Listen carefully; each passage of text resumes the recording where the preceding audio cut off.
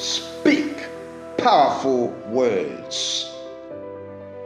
And God said, "Let there be light," and there was light.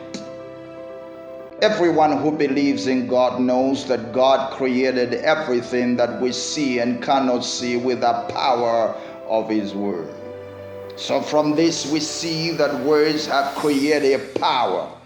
Many will agree that the words that come from the mouth of God have creative power, but not the words of a mere human being.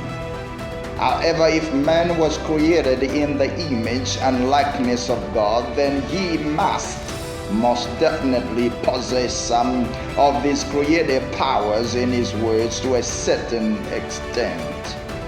When God spoke, things happened instantaneously. However, many people have tried to speak and things did not happen instantaneously, and they concluded that man does not have creative power in his words like God. But instead of being frustrated and making a wrong conclusion, man should be thankful that his words do not create at the same speed as those of God. Imagine if what you spoke appeared instantaneously.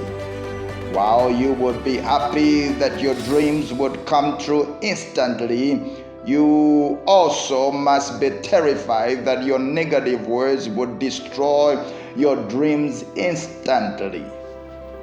So God, in His wisdom, mercy, and grace, has allowed some time between the speaking and the manifestation of man's words to make sure that man has a chance to think and change his words if need be. This to me is wonderful and gracious.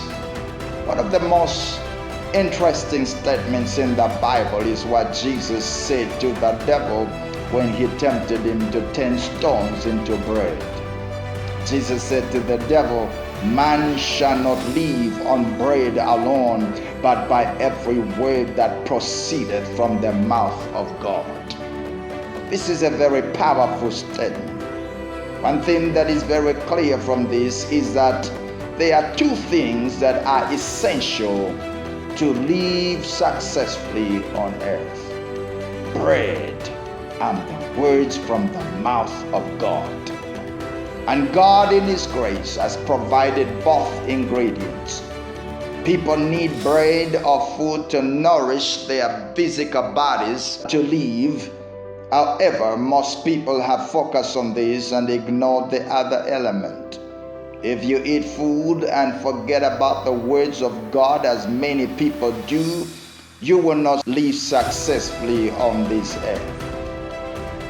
Jesus refused to turn the stones into bread to satisfy his immediate need, to demonstrate that the words of God are more important than physical food.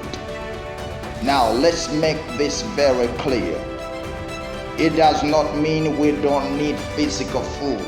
No, it simply means we need physical food, but we need the words of God more because we are more spiritual than physical. The real person in you is a spirit who has a soul and lives in a body in that order.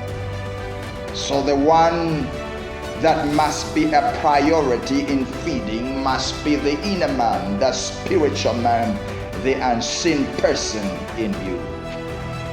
God is so good.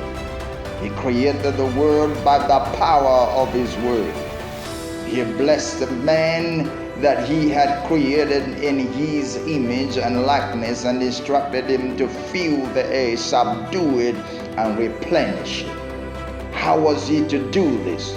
Well, the same way that God created the world. Man is to imitate God by reigning on this earth with the power of His words. God has given us His words and wants us to receive them, accept them as ours, and speak them into our lives and circumstances.